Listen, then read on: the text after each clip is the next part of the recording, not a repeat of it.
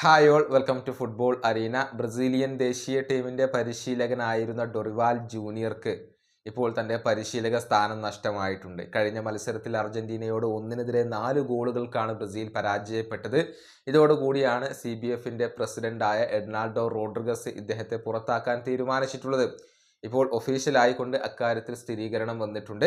പുതിയ പരിശീലകൻ ആരായിരിക്കും എന്ന കാര്യത്തിലുള്ള ഏറ്റവും പുതിയ വിവരങ്ങൾ ഇപ്പോൾ പ്രമുഖ ബ്രസീലിയൻ മാധ്യമമായ ഗ്ലോബോ നൽകിയിട്ടുണ്ട്.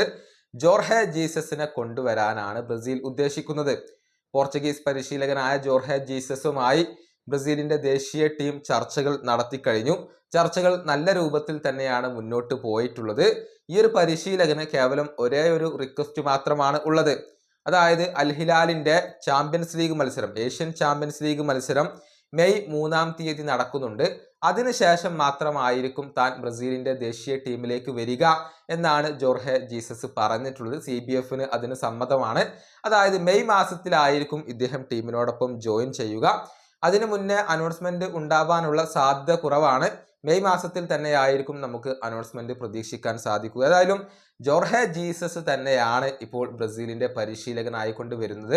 കാർലോ ആഞ്ചലോട്ടിക്ക് തന്നെയായിരുന്നു CBF മുൻഗണന നൽകിയിരുന്നത്. പക്ഷേ ജൂൺ മാസത്തിന് ശേഷം മാത്രമാണ് കാർലോ ആഞ്ചലോട്ടിയെ ലഭ്യമാവുക.